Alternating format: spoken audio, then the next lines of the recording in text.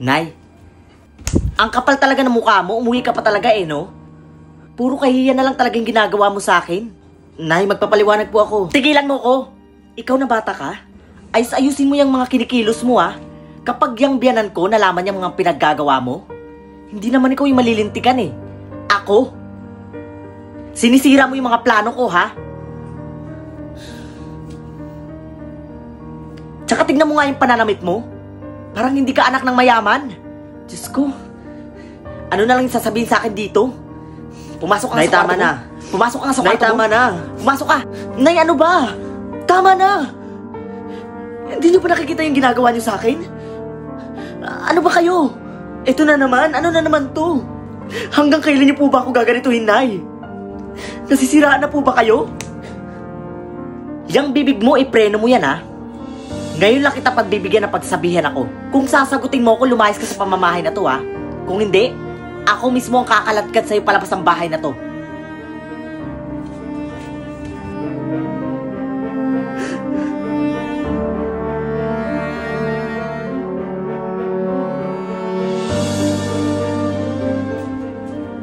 Best friend, sigurado ka ba? Oo, subukan mo na kasi best friend. Nahihiya kasi ako Hindi naman kasi ako masyadong showy kay nanay. Hindi, dali na, para magkaayos na kayo.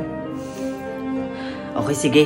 Pupuntahan ka lang dun Diyan ka lang. Ayun, sige bilisan mo. Talaga? Ako para sa akin, hindi ko talaga alam. Ang dali-dali ng lokohin ng batang yun. Sa bagay, siguro dahil sa hindi ko siya anak. Tama! May point ka naman kasi, Mars. Palasagot pa naman yung batang yun. Siguro kung anak ko yun, baka nataypan ko na yung bibig nun. Hala, Mars, hindi niya pa ba alam na ampun siya? Hay nako, patay tayo dyan pag nalaman niya. Mars, ano ba kasing plano mo? O ano bang balak mo? Wala naman akong balak sabihin. Tsaka, wala naman akong pakialam sa nararamdaman niya. Diyos ko, Kamare, ang sama mo. Grabe yun. Eto, maiba tayo. Paano kung malaman niya? Anong gagawin mo, Mars? Hindi niya yung malalaman, Mare. Ako pa ba? Sa galing kong magsinungaling? Anyway, gusto niyo bang ipagtimpla ko rin kayo itong iniinom ko? Sige, Mare. Ikaw bahala. Sige.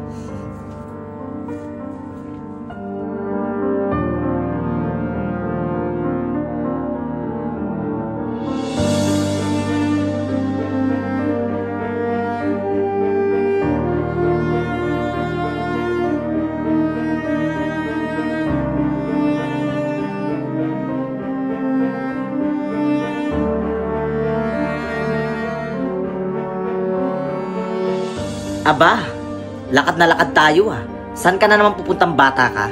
Hindi ka pwedeng umalis ngayon. Tutulungan mo ko dahil paparating na sila at sabay-sabay tayong kakain. Aba, bastos tong batang to. Halika nga, diba?